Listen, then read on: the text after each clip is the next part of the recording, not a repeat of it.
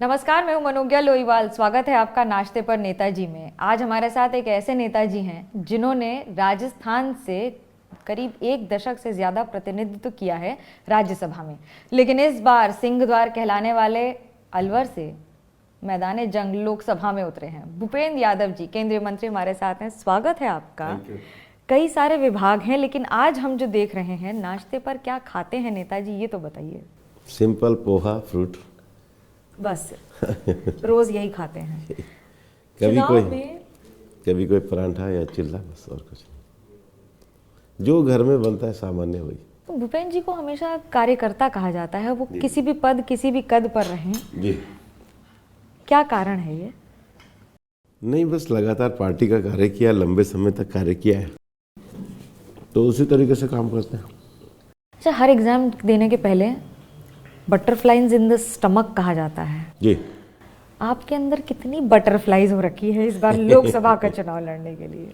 नहीं, ऐसा कुछ नहीं है। मुझे बड़ा अच्छा लग रहा है, रिलैक्स होके लग रहा है। सब लोगों से मिल रहा हूँ, नीचे तक सब लोगों पे जाना हो रहा है। लगातार 12 साल तक इस क्षेत्र में सांसद निधि के नाते सक्रिय रहा, गाँव में आता जाता रहा, तो अच्छा लग रहा है मेरे को। जब आप राजनीति की बात करते हैं भूपेंद्र जी, तो क्या बदला? छात्र राजनीति से लेकर अभी तक सफ़र बहुत लंबा रहा है, करीब 3 दशकों का।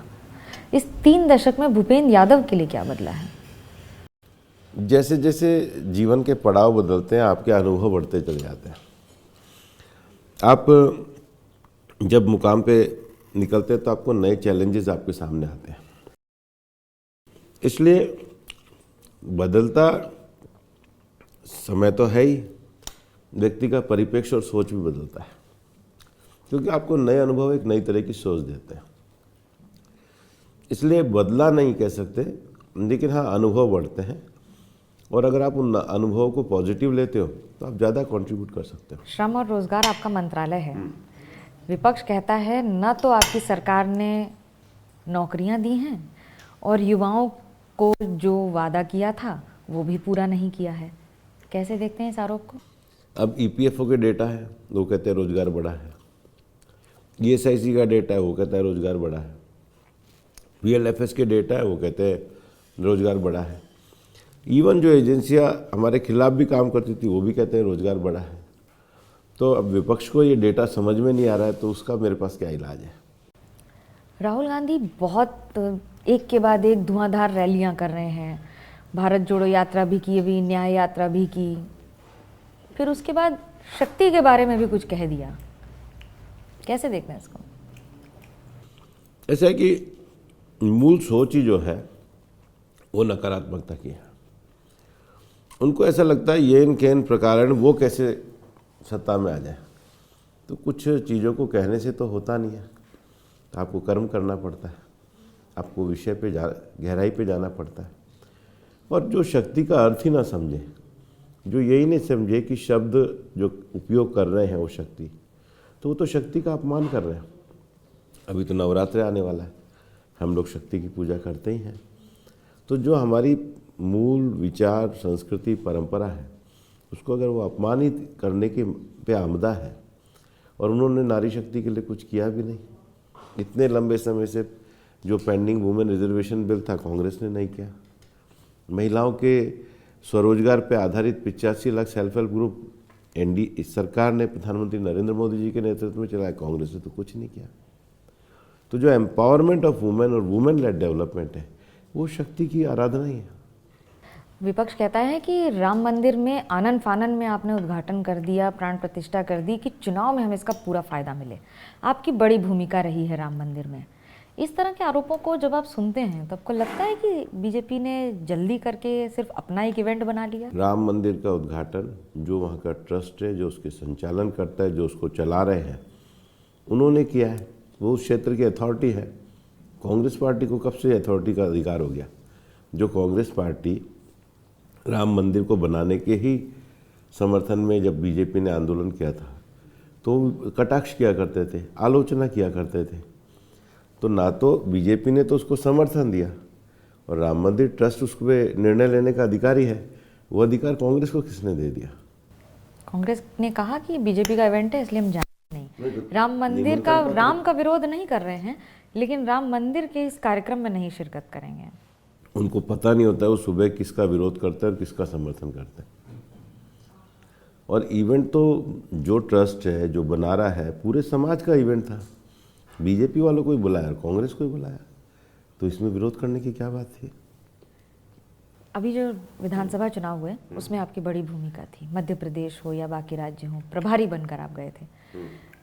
तो ऐसा क्या फॉर्मूला बदल जाता है कि जहां पर आंकड़े बीजेपी के पक्ष में ना हो वहां भूपेंद्र यादव जाकर बदल देते हैं क्या? ऐसा नहीं है। बीजेपी के 2-3 पीढ़ियों का एक लगातार काम करने का स्ट्रक्चर विकसित हुआ है, लगातार काम करने की शैली विकसित हुई है, जमीन पे सक्रिय रहने की शैली विकसित हुई है। कोई एक आदमी के जाने से बिल्कुल पार्टी जीत जाएगी, मेरे जाने से कोई ऐसा नहीं होता है। पार्टी का संगठन होता है। और सबसे बड़ी बात है आज के समय में जो हमारा नेतृत्व है, माननीय प्रधानमंत्री नरेंद्र मोदी जी, उनकी एक बहुत बड़ी साख है, क्रेडिबिलिटी है। ये वाला भी जो चुनाव है ये मोदी की गारंटी पे ही चुनाव हो रहा है और लोग उसको वोट देते हैं। तो ममता बनर्जी कहती हैं कि मोदी की गारंटी सिर्फ इतनी है कि झूठ की गारंटी या फिर सिर्फ और सिर्फ सद्भाव खत्म करने की गारंटी या हिंदू मुसलमान करने की गारंटी है। बंगाल में जिस लोकतंत्र को ममता बनर्जी ने हिंसा से कुचल दिया है, बंगाल में जहाँ संदेश खाली की महिलाओं की कराहीपूर्ण आवाज़ आती है, उनका दर्द और उनकी वेदना आती है, उसको अगर कोई शांति और सुरक्षा दे सकते तो नरेंद्र मोदी की गारंटी दे सकता है। अच्छा, यही विपक्ष कहता है कि आप मणिपुर नहीं जा पाते हैं लेकिन आपका डेलीगेशन संदेश खाली चला जाता है। मणिपुर पूरे गए हैं, मणिपुर के मुख्यमंत्री हैं, लॉ एंड ऑर्डर की सारी बात कर रहे हैं, लेकिन हम कोई घटिया राजनीति में विश्वास नहीं रखते। और आज तो मणिपुर की स्थिति अब ठीक हो रही है, एक दुर्भाग्यपूर्ण परिस्थिति से निकले हैं, लेकिन उसका पूरा समाधान करने का प्रयास किया। लेकिन मणिपुर पे भी जिस तरीके शर्मनाक वीडियो वायरल विपक्ष के द्वारा किए गए, क्या ये ठीक है? घटना का वीडियो वायरल होना विपक्ष पर आरोप कैसे है भूपेंद्र जी? समय, परिस्थिति और तुरंत उसके द्वारा उनका कमेंट। और मेरा तो मानना है कि ये तो इस तरह के विषयों को संवेदनशील तरीके से करना चाहिए, लेकिन कोई न्यायिक प्रक्रिया, कोई आयोग कुछ तो करे। मणिपुर में तो सरकार ने आयोग भी बनाया है और सरकार ने आयोग बनाने के बाद सरकार ने मणिपुर में पूरे तरीके से विषयों को आगे करने का काम भी किया है। आप अधिवक्ता हैं, वकालत में इतने जानकार हैं, कई बार सवाल उठते हैं जुडिशरी पर, निष्पक्षता पर, पक्षपात पर। इस तरह के आरोप जब उठते हैं तो आप अपने आप को कहाँ पाते हैं?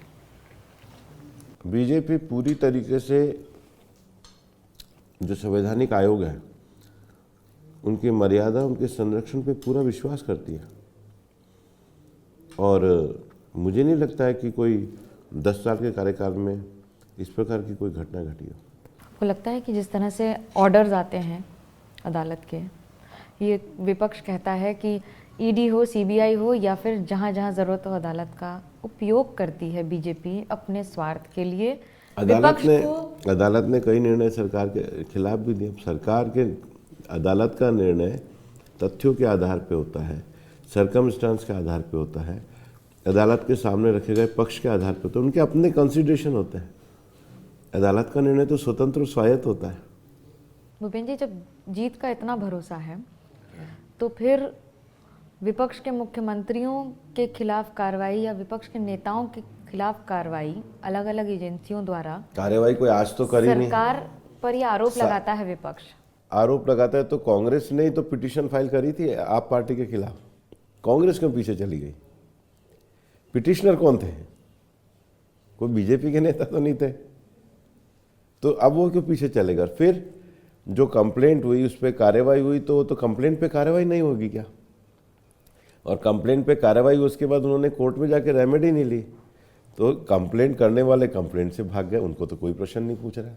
कंप्लेंट आगे बढ़ी तो जिसके खिलाफ कंप्लेंट है वो एजेंसी को जांच को सहयोग करने को तैयार, कोई कुछ नहीं बोल रहा है। वो लोग हाई कोर्ट में गए, हाई कोर्ट ने डिसीजन उनके खिलाफ दिया, कोई कुछ नहीं बोल रहा है। तो क्या एक जो लॉ का प्रोसेस है वो तो पूरा पालन सबके लिए होगा, हमारे लिए भी होगा, सबके लिए होगा।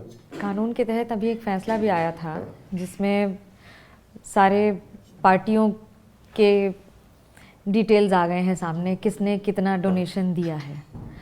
उसको कैसे देखते हैं? आपको लगता है कि बीजेपी पर जिस तरह से सवाल उठा रहे हैं कि हज़ारों करोड़ रुपए के डोनर्स हैं पार्टी को, जिससे पार्टी सत्ता में है, इसका फायदा उठाती है, ये आरोप लगाता है देखो, कांग्रेस और विपक्ष। इलेक्शन में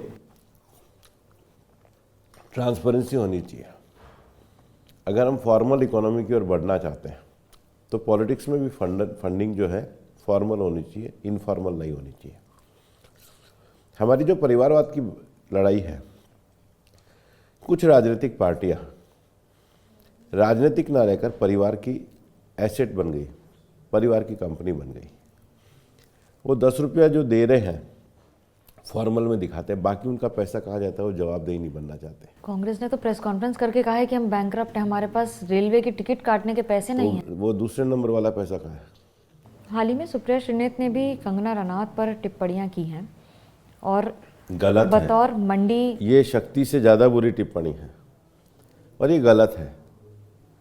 कांग्रेस इसी तरह की व्यक्तिगत टिप्पणियां करती आई है और कांग्रेस के नेता शुरू से माननीय प्रधानमंत्री जी के खिलाफ भी इस तरह की व्यक्तिगत टिप्पणियों से लेकर हर व्यक्ति पे टिप्पणी करना, हर चीज़ पे टिप्पणी करना, क्योंकि मुद्दा नहीं है। 10 साल पहले जब यूपीए का शासनकाल था तो सारे अखबार भरे रहते थे यूपीए के नेताओं के भ्रष्टाचार के, कोई ना कोई मंत्री जेल जाता था। ये 10 साल के शासनकाल में जिस ईमानदारी, पारदर्शिता, संकल्प और योजनाओं को 100% ले जाने का काम जमीन पे हुआ है, तो कांग्रेस वालों पे कोई विषय नहीं है, वो गाली गलौज ही कर रहे हैं। आपके पास जितने मंत्रालय हैं उनमें से ऐसे कई मंत्रालय हैं जिसमें ज़मीनी स्तर पर काम करने का मौका मिला है। अलवर, राजस्थान और देश में क्या अंतर आया है आपके विभाग और मंत्रालय में? 29 करोड़ का ई श्रम का डेटा बना। इससे पहले देश में अनऑर्गेनाइज्ड सेक्टर का डेटा नहीं था। भारत ने जलवायु परिवर्तन में प्रधानमंत्री जी के नेतृत्व में मिशन लाइफ जैसे विषय को पूरी प्रखरता के साथ उठाया, जो आज के जलवायु संकट का बड़ा विषय है। प्रधानमंत्री जी के नेतृत्व में इंटरनेशनल ग्रीन कैडेट अलायंस और बिग कैट अलायंस जैसे विषय बने। क्या ये बात सच है कि प्रधानमंत्री नरेंद्र मोदी से मंत्रियों को और नेताओं को डर लगता है? मेरे को लगता है कि बहुत ही समर्पित, डेडिकेटेड और अपने लोगों को पूरा साथ देकर चलने वाले बड़े नेता हैं। उनसे बहुत कुछ सीखा जा सकता है। हमारे जैसे लोग जो लगातार उनको देख करके काम करने का, कर्मठता से काम करने का, काम को ढंग से डिलीवर करने का, पब्लिक लाइफ में सादगी का, सिंप्लिसिटी, उनका कार्य करने का तरीका बहुत ज़्यादा डेमोक्रेटिक और सबको साथ लेकर चलने का है। कोई ऐसी एनेक्डोट जो आपको लगता है आपका कोई ऐसा समय जो प्रधानमंत्री के साथ बीता हो जो आपको ताउम्र याद रहेगा? मैंने हमेशा उनको एक बड़े नेता के रूप में मैंने हमेशा उनको एक बहुत आदर के स्थान पे एक नेतृत्व के रूप में देखा है। और बहुत छोटी बातों पे भी जो उनके इनफॉर्मल सुझाव होते हैं वो दोनों तरह से होते हैं। एफिशिएंसी बढ़ाने को भी होते हैं और ह्यूमन टच भी देते हैं। वो अपने साथी मंत्रियों को जहाँ कार्यशैली को बढ़ाने की बात करते हैं, वहाँ कार्यक्षमता को बढ़ाने के लिए भी उनके सुझाव होते हैं। ये बहुत बड़ा गुण है कि मैं मंत्री के रूप में अपनी एफिशिएंसी को सुधारूं, लेकिन एफिशिएंसी के लिए अपनी क्वालिटी को भी सुधारूं, चाहे स्वास्थ्य के मामले में हो। मतलब उनका ये जो ह्यूमन टच है, ये जो उनके नज़दीक के लोग हैं वो महसूस करते हैं। पक्ष कहता है बीजेपी डर गई है इसलिए सारे गठजोड़ कर रही है, अब की बार 400 पार अचीव करने के लिए स्ट्रगल कर रही है। तो वो गठजोड़ कर रहे हैं तो वो करके देख लें, कौन उनको मना कर रहा है। उनका तो एक तो उन्होंने अपना साइन बोर्ड ही बदल लिया। आज तक वो ये स्पष्ट करे कि यूपीए से इंडी पे क्यों आए और इंडी आने से पहले क्यों टूट गया, और जिनको कल तक वो करप्ट कहते थे आज वो उनके साथ आने से क्या हो गया। कल तक केजरीवाल और कांग्रेस एक दूसरे को गाली दिया करते थे, आज कैसे ठीक हो गए। एक समय तो लालू जी और कांग्रेस एक दूसरे के विरोधी थे, आज वो कैसे दोस्त हो गए। एक समय तो ध्यान है जब सोनिया गांधी जी प्रधानमंत्री बनी थी तो मुलायम सिंह और अमर सिंह जी जब गए थे तो उनको भोजन पे निमंत्रण में से लौटा दिया था। आज समाजवादी पार्टी में क्या बढ़िया चीज़ हो गई। एक समय जो डीएमके कांग्रेस के ऊपर आरोप लगाती थी और जैन कांड को लेके इतना विषय उठता था, आज डीएमके में उनको क्या प्रेम नजर आ गया। अच्छा, ये सवाल बीजेपी से क्यों ना हो बिहार में कि नीतीश कुमार के साथ आ गए जब जरूरत पड़ी। तो हमने कभी ऐसी गालियां नहीं बकी। सर, आपके नेताओं ने तो पानी पी पी कर ने कहा है कि कुछ भी कभी हो जाए कभी नीतीश कुमार कभी के ऐसा साथ नहीं हम बता, पैक्ट लेकिन वो नहीं लोग करेंगे। तो वो स्पष्ट तो करें कि ये क्या, कम्युनिस्ट पार्टी का तो वो अभी भी विरोध करते हैं केरल में, तो बंगाल में तो उनके साथ उनके गठबंधन में करते हैं। हम ऐसा तो नहीं कर रहे कि एक प्रदेश में विरोध कर रहे हैं और दूसरे प्रदेश में साथ घूम रहे हैं। ये कौन सा गठबंधन है? राहुल गांधी वायनाड से लड़ रहे हैं, केरल में बीजेपी का आज तक खाता नहीं खुला है। केरल ठीक है, परिस्थितियां हैं, लेकिन इस बार केरल में निश्चित रूप से भारतीय जनता पार्टी की बड़ी सीट आएगी। हमारे तो उन सारे क्षेत्रों में भारतीय जनता पार्टी के जो विस्तार की बात है वो होगी। और वायनाड से राहुल गांधी चुनाव लड़ रहे हैं। मैं वायनाड गया था, वायनाड के लोगों के मन में अपने सांसद को लेकर बहुत गुस्सा था। बतौर बीजेपी कार्यकर्ता आपकी नज़र नहीं, मैं सामान्य व्यक्ति से मिला था, वहाँ पे हाथियों की समस्या के लिए मिला था। लोगों का ऐसा कहना है कि वहाँ के सांसद ने कभी लोगों की सुध नहीं ली। और इस बार जब आप सांसद बनकर आ जाएंगे, अलवर से जीत कर दिल्ली में दोबारा प्रवेश करेंगे, तो सबसे पहले 2 काम क्या करेंगे? मोदी जी की गारंटी को अलवर तक पहुँचाने का काम करूँगा और अपने दरवाजे 24 घंटे अपने संसदीय क्षेत्र के लोगों की सेवा के लिए खोल के रखूँगा। अद्भुत। तो हमसे बात करने के लिए बहुत बहुत धन्यवाद भूपेन जी। फिलहाल कैमरा पर्सन सूरज पांडे और भूपेंद्र रावत के साथ मुझे मनोज्ञा लोहीवाल को दीजिए इजाजत। खबरों का सिलसिला एबीपी न्यूज़ पर जारी है।